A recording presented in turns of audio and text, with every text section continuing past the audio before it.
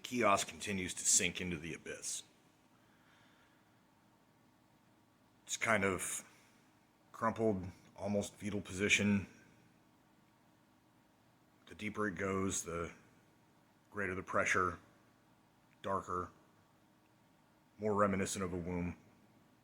Back to the beginning. After an indeterminate amount of time, the kiosk comes to rest on a surface. This is one of the lenticular scoops of the floor underneath of the silt at the bottom of the bottomless pit.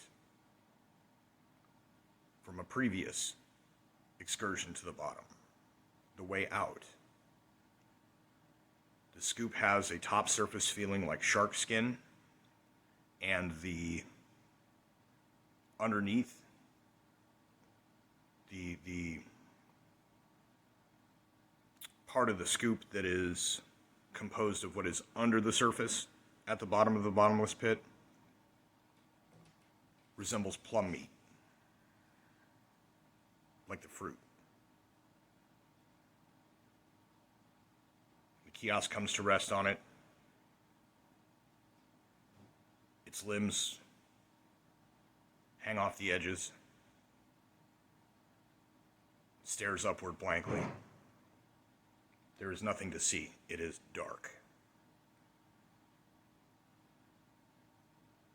Far below, yet more rumbling of some leviathan beast.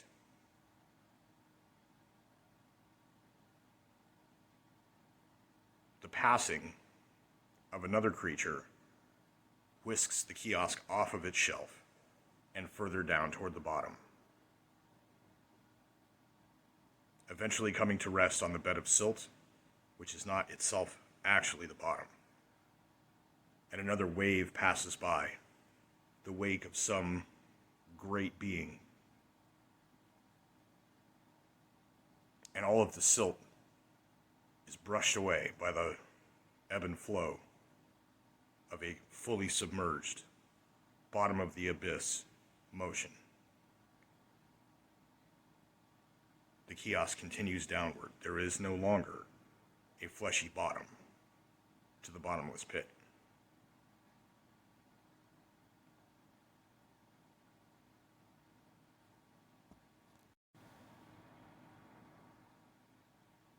As the kiosk continues further and further down into this abyss, it loses all sense of self, all sense of being.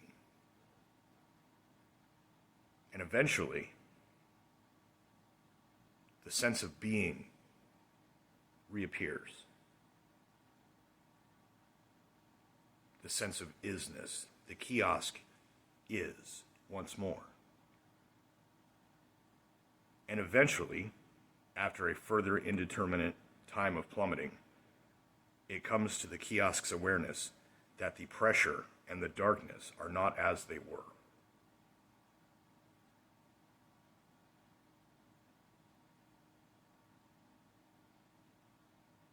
The kiosk uses its sense of sight, observes around it,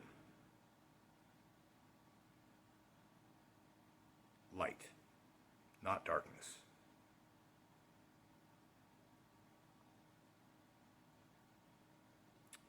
The kiosk, after a further indeterminate amount of plummeting, comes to the realization that it has gone all the way past the bottom and come back out at the top.